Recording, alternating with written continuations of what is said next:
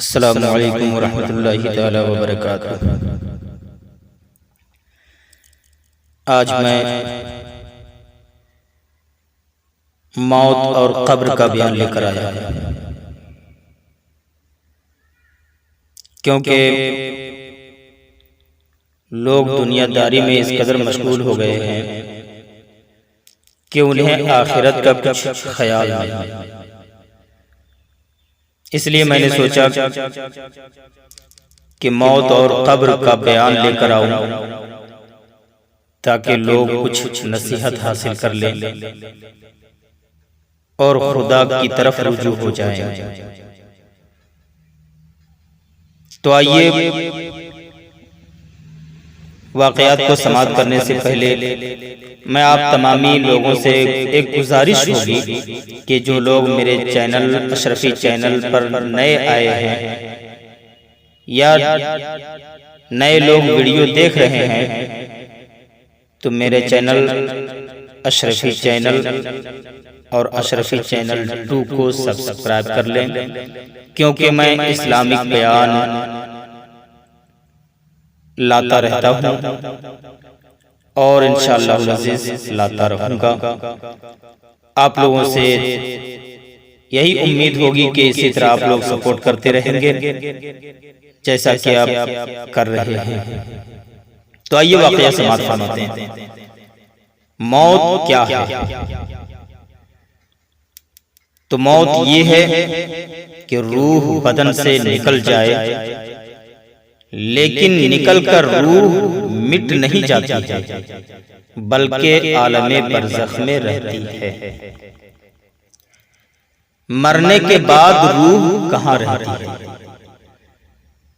तो ईमान और अमल के एतबार से हर एक रूह के लिए अलग अलग जगह खास यानी मुकर्रर है। क़यामत आने तक वहीं रहेंगे।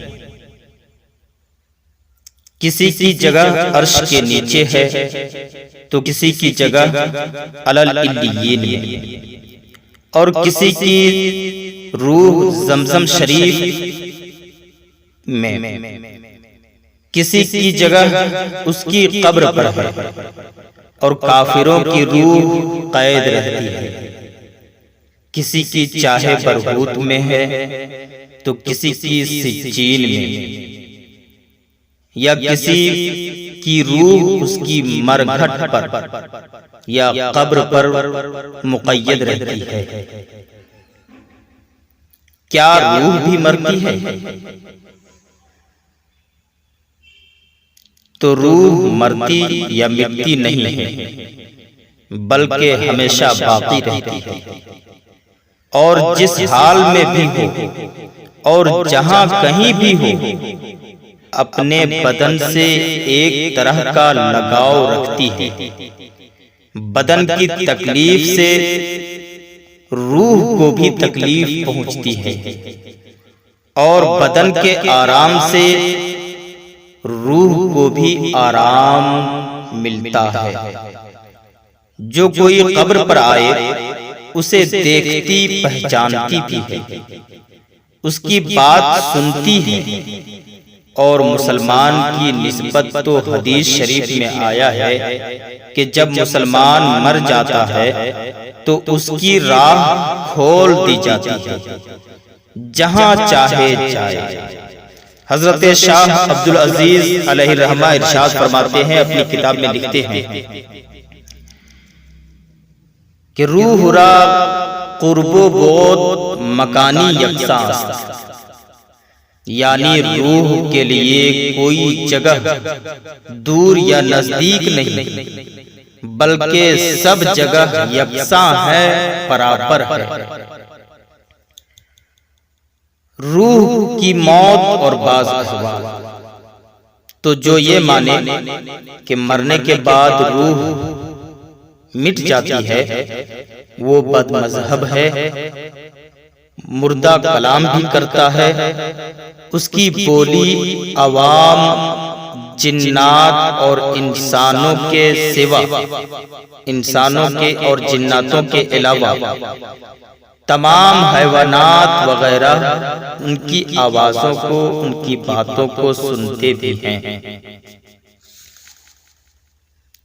तो किस वक्त ईमान लाना बेकार है।